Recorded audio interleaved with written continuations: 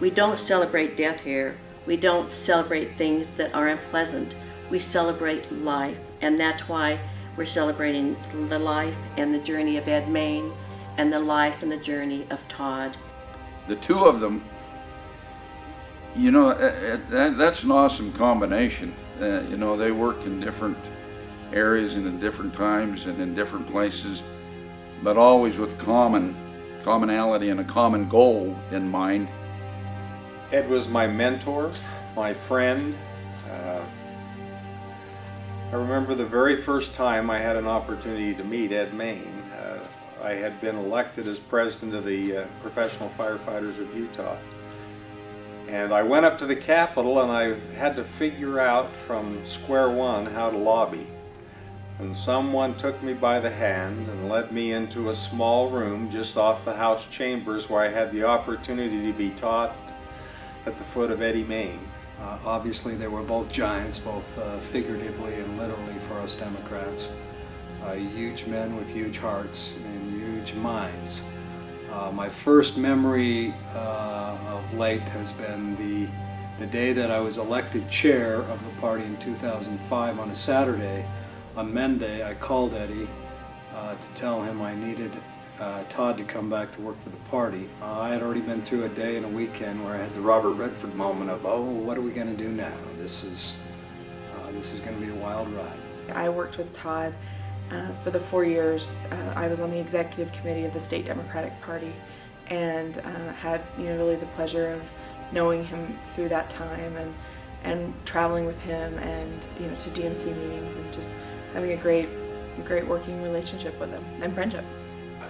I've been working with Todd for the last 2.5 years officially, but really he's been my go-to person for about the last 5 or 6 years.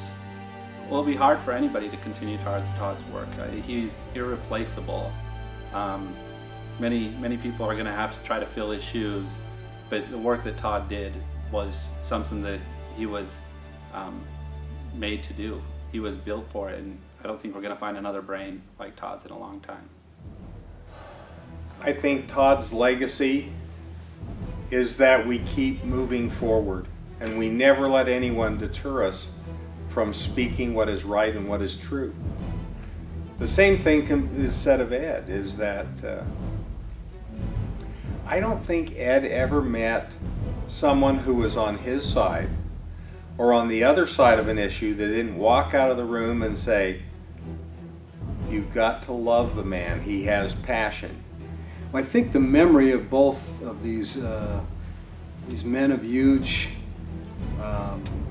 physical presence and big hearts, huge hearts, can best be served by our youngest generation, remembering their passion. I think the task is open to everyone now. His legacy is of giving, understanding, helping people, good jobs, good communities, all those things that we all want. He was all directed there. So his legacy is, we take up that stick, we take up that pendulum, we take up whatever instrument we have to make sure that we continue that. Legacy goes on.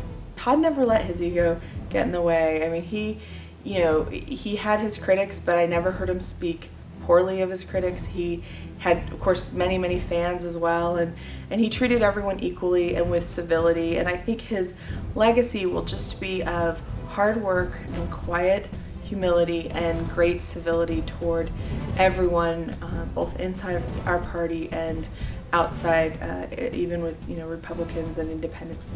I think if political activists want to honor Todd's memory, I think what they need to do is just work hard.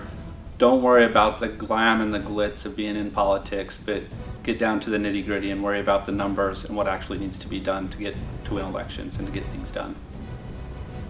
I miss him a great deal. And again, if you wanted to talk about the legacy or the desires of both Ed Mayne and Todd Taylor,